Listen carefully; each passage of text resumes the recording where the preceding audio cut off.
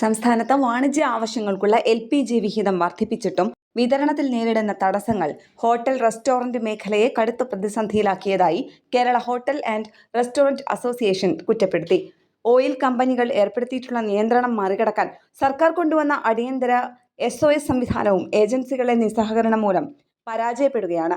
ആഗോള ഊർജ്ജ പ്രതിസന്ധിക്കിടയിലും hotel restaurant ഉൾപ്പെടുന്ന അർദ്ധമുൻഗണനാ വിഭാഗത്തിനുള്ള വാണിജ്യ പാചകവാതക വിഹിതം ആവശ്യകതയുടെ 62% സർക്കാർ ഉയർത്തിയിട്ടുണ്ട്.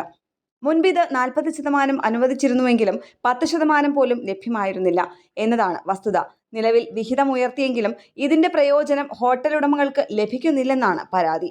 സപ്ലൈ ഓഫീസർ മുഖേനയുള്ള ട്രാക്ക് യുവർ LPG പോർട്ടലിൽ അപേക്ഷ നൽകി അനുമതി ലഭിച്ചാൽ പോലും ഏജൻസികൾ ഗ്യാസ് നൽകാൻ തയ്യാറാകുന്നില്ല. പോർട്ടലിൽ അനുമതി രേഖപ്പെടുത്തിയിട്ടും തങ്ങൾക്ക് ഔദ്യോഗിക അറിയിപ്പ് ലഭിച്ചിട്ടില്ലെന്നാണ് ഏജൻസികൾ പറയുന്നത്. അപേക്ഷകളിൽ അനുമതി നൽകിയാൽ തങ്ങളുടെ ഉത്തരവാദിത്തം കഴിഞ്ഞു എന്ന നിലപാടിലാണ് സിവിൽ സപ്ലൈസ് അധികൃതർ. എന്നാൽ ഇതിന് ശേഷം വിതരണം ഉറപ്പാക്കേണ്ട IOC BPCL സെയിൽസ് ഓഫീസർമാരെ ബന്ധപ്പെടാൻ വ്യാപാരികൾ ശ്രമിക്കുന്നുണ്ടെങ്കിലും ഉദ്യോഗസ്ഥർ ഫോൺ എടുക്കാനോ പ്രതികരിക്കാനോ തയ്യാറാകാത്തത് വലിയ പ്രതിഷേധത്തിന് കാരണമാകുന്നുണ്ട്. ഗ്യാസ് ഏജൻസികളാകട്ടെ തങ്ങളുടെ താൽപ്പര്യങ്ങൾക്കനുസരിച്ച് പുതിയ നിബന്ധനകൾ അടിച്ചേൽപ്പിക്കുകയാണ്. കഴിഞ്ഞ 3 മാസത്തെ ശരാശരി ഉപയോഗത്തിന്റെ 10% മാത്രമേ അധികമായി നൽകാൻ കഴിയൂ എന്നതടക്കമുള്ള അശാസ്ത്രീയമായ മാനദണ്ഡങ്ങളാണ് ഏജൻസികൾ നടപ്പാക്കുന്നത്.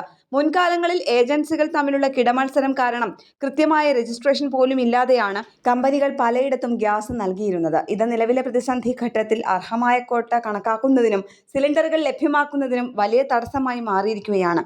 പൊതുമേഖലാ സ്ഥാപനങ്ങളുടെ വിതരണ ശൃംഖലയിൽ പോലും കരിഞ്ചന്ത വിൽപ്പന സജീവമാണെന്ന ആക്ഷേപം ശക്തമാണ്. ഔദ്യോഗിക വിതരണം തടസ്സപ്പെട്ടതോടെ സിലിണ്ടറുകൾ മറിച്ചു വിൽക്കുന്നതായാണ് പരാതി. സ്വകാര്യ ഏജൻസികളാകട്ടെ ഒരു സിലിണ്ടറിന് 3500 രൂപ വരെ ഈടാക്കിയാണ് കരിഞ്ചന്തയിൽ വിൽപ്പന നടത്തുന്നത്.